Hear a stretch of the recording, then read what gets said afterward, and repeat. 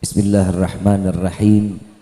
Assalamualaikum warahmatullahi wabarakatuh. Hidup itu bergantunglah kepada Allah, jangan pernah bergantung kepada selain Allah. Nabi sudah mengatakan jika mereka bergantung kepada manusia, siap-siap akan ada kekecewaan. Kalau mereka bergantung kepada Allah, insya Allah akan senang dan bahagia dunia sampai akhirat, insya. Coba kita lihat kehidupan itu kalau sandar sama manusia, ya Allah senang kagak melarat. Ya, buat laki-laki banyakin sholat duhanya, yang istri dorong doa dari suaminya, apa, tahajud sama sholat duha. Kalau kita udah bergantung kepada Allah, insya Allah bahagia Pak, bahagia ibu. Rezeki mah sedikit banyak alhamdulillah.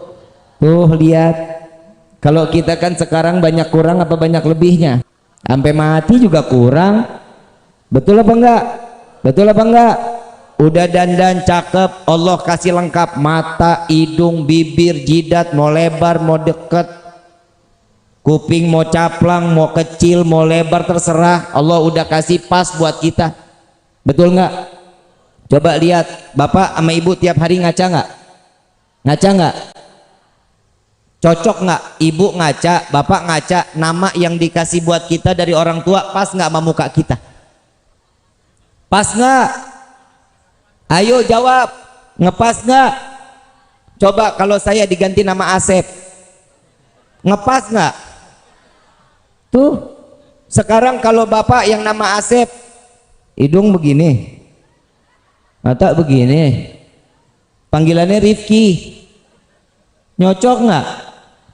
Allah udah ngasih kita tuh nyocok, gak bakal kurang, demi Allah gak bakal kurang. Kadang manusia itu sudah dikasih, syukur dong sama Allah. Kenapa? Ini loh hadiah dari Allah, bentuknya seperti ini nih.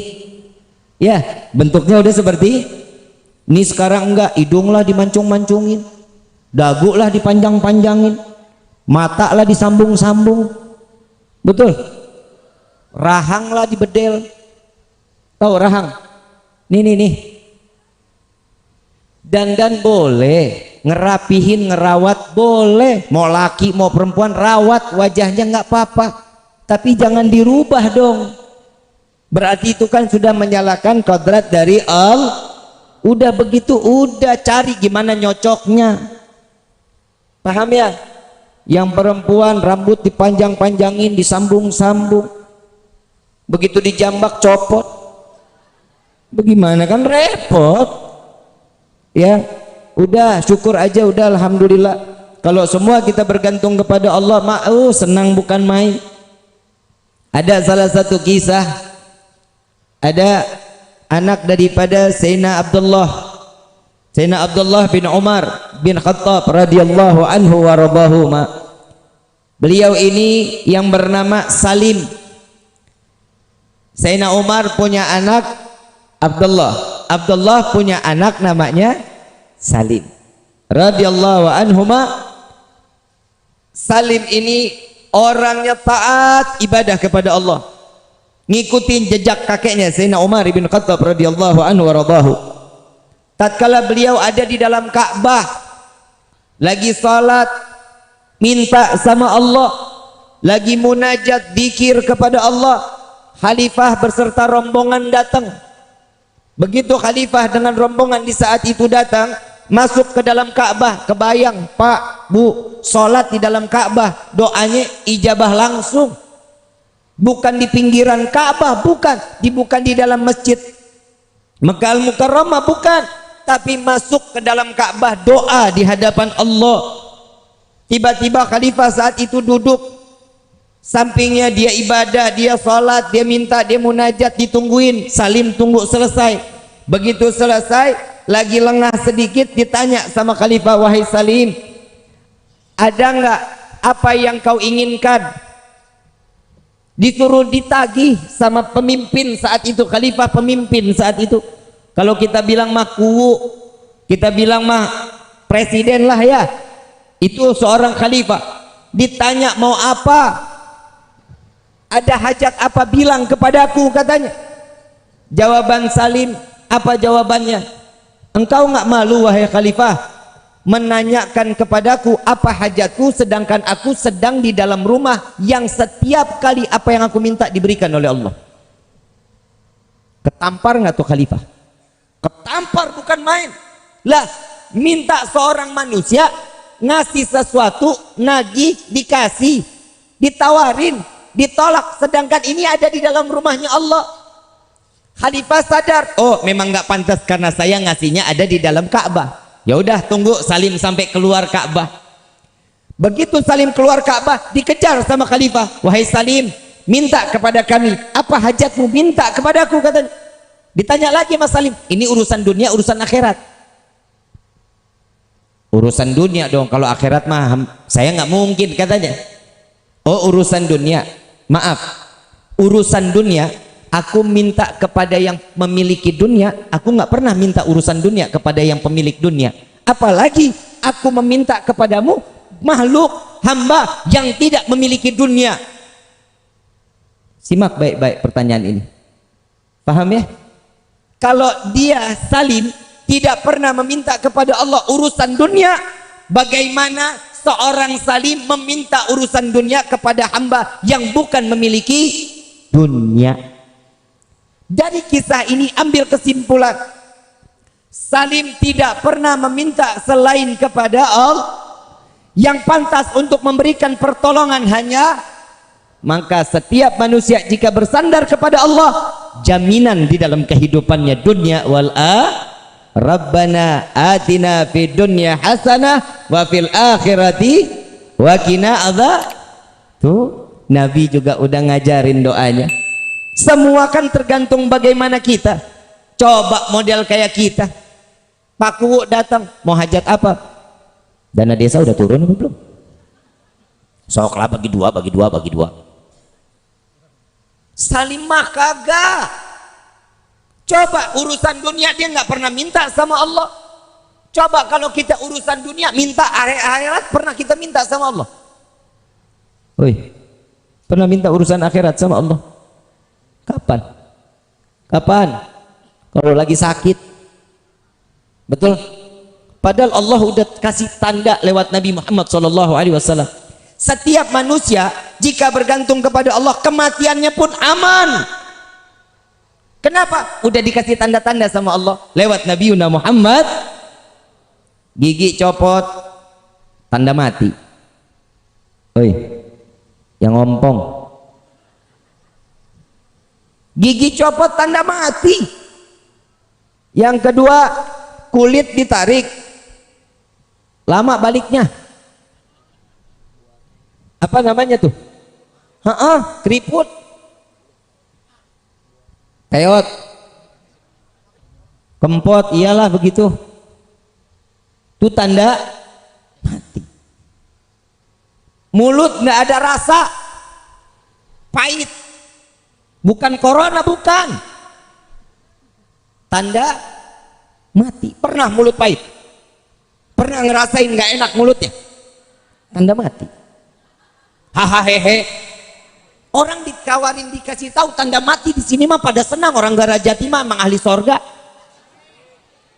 Tapi bohong.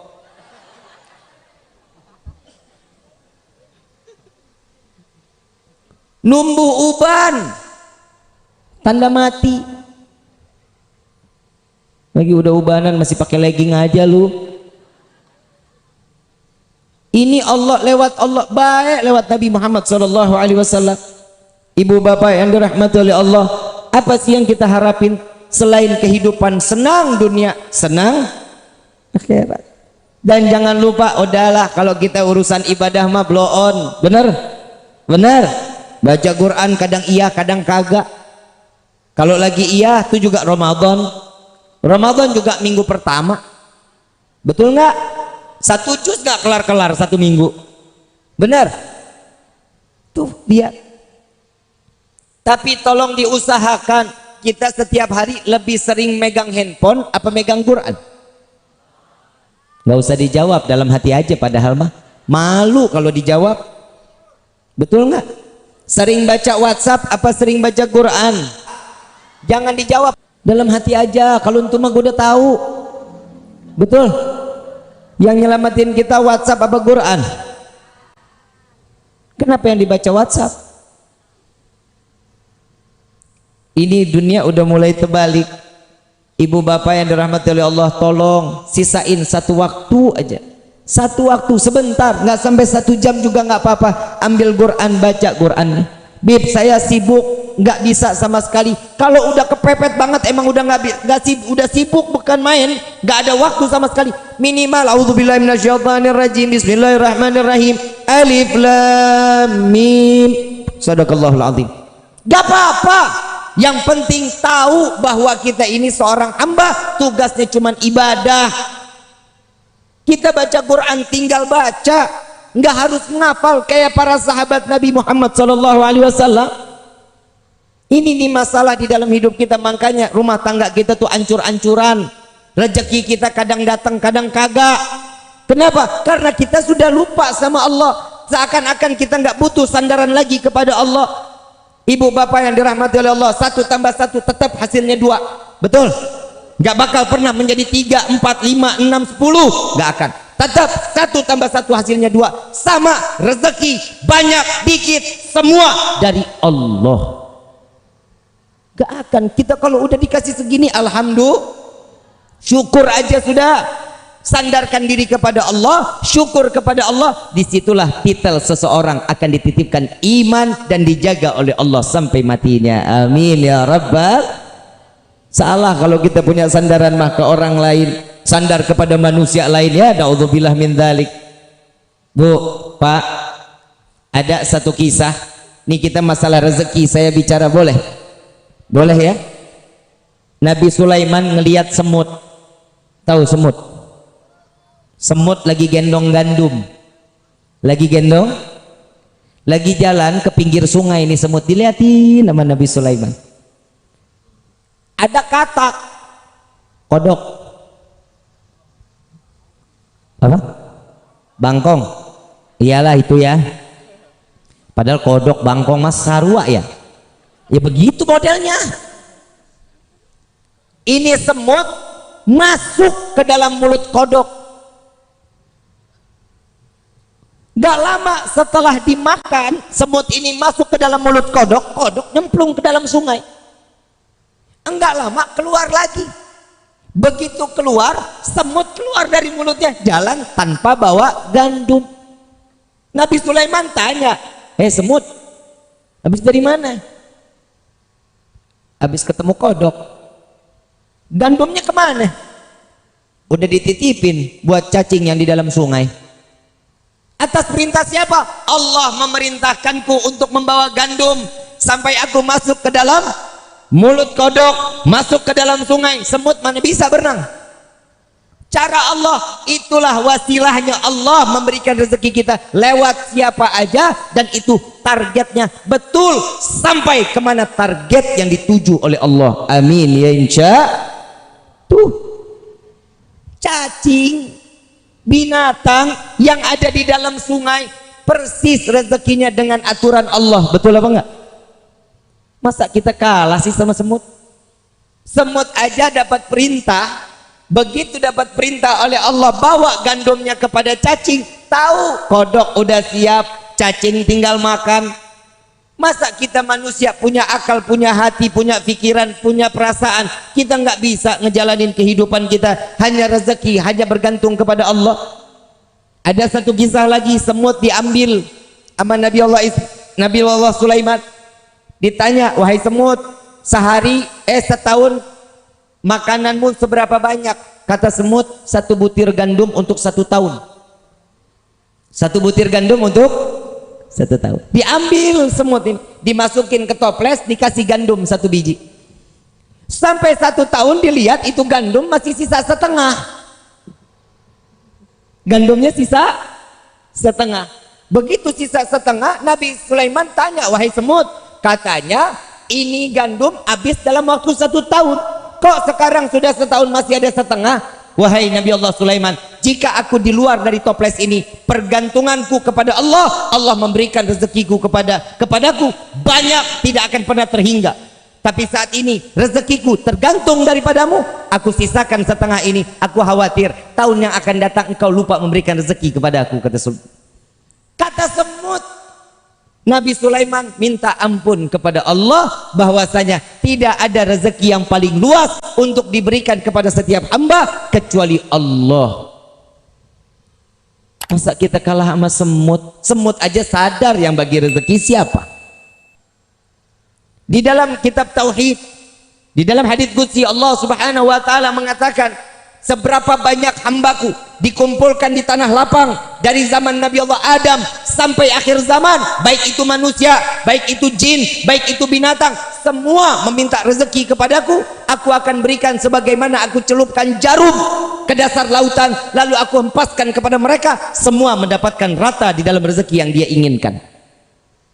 Jadi salah kalau kita tergantung sama manusia. Allah Rabbul Alamin, semesta alam ini diciptakan oleh Allah, rezeki kita sudah diatur oleh Allah. Nih Sona, dari mulai lahir kekayaannya 14 triliun. Amin. Lu buat saudara aja nggak mau lu amin lu. 14 triliun dari mulai lahir sampai mati. Jadi malah didiemin. Sona, parah ya keluarga lu ya, jahat lu dia lu. 14 triliun sampai mati, ya segitu, nggak bisa lebih. Mau dipaksa lebih, nggak bisa. Ya tambahin 1 perak, nggak bisa. Makanya hidup kudu syukur ini nih. Kalau dapat sedikit alhamdulillah, dapat banyak alhamdulillah. Dan jangan lupa setiap rezeki yang diberikan kepada kita, ada rezeki orang lain dari tangan tuh.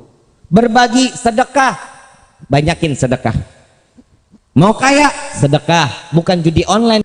Ada yang ngomong sama saya, Pak, di TikTok, Habib, saya main judi slot, judi online, pakai foto ulama boleh apa enggak?